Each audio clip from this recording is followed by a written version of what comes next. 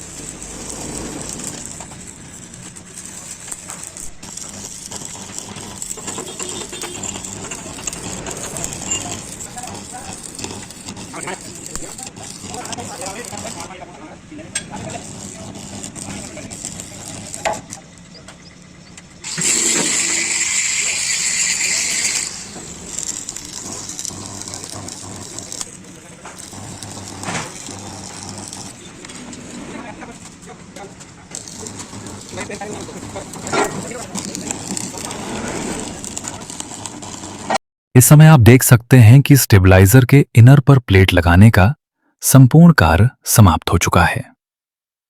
धन्यवाद साथियों, फिर मिलते हैं एक नई वीडियो के साथ। तब तक के लिए बने रहिए, देखते रहिए आपका अपना प्रिय चैनल सरदार भाई बड़वानी।